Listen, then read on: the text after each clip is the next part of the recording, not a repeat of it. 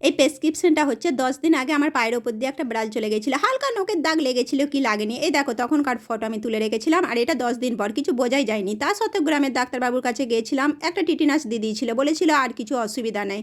তারপর থেকে না হালকা হালকা জ্বর এসেই যাচ্ছিলো। জ্বরটা বাড়তে আলোচনা করে আজকে মেডিকেল গেলাম। মেডিকেলের ডাক্তারবাবুরা শুনেই প্রচণ্ড চেঁচামেচি করলো। তারপর ভ্যাকসিন দিয়ে দিয়েছে, আজকে 2টো, এখনও 3টে কোর্স আছে। ডাক্তারবাবুরা আমাকে জানিয়ে দিতে বলেছেন আমি যে ভুলটা করেছি তোমরা একদমই করো না। এই ধরনের পশুদের না হালকা নোকের ছোঁয়াতেও বিষ আছে। তোমরা সেই জায়গাটা প্রথমে সাবান আর জল দিয়ে খুব ভালো করে ধুয়ে নেবে, হ্যান্ড ওয়াশ একদম নয়, সাবান আর জল। তারপর যত তাড়াতাড়ি সম্ভব হাসপাতাল যাবে। এদের ভ্যাকসিন একমাত্র হাসপাতালেই ভালো পাওয়া যায়, অন্য জায়গায় কিন্তু ফলস হয়ে যেতে পারে। আর অনেক আবল থাবল নেগেটিভ মানুষ আছে না, এই হয় সেই হয় করে ভয় দেখায়, তাদের কথায় একদম ভুলবে না, তাহলে সামনে মৃত্যু।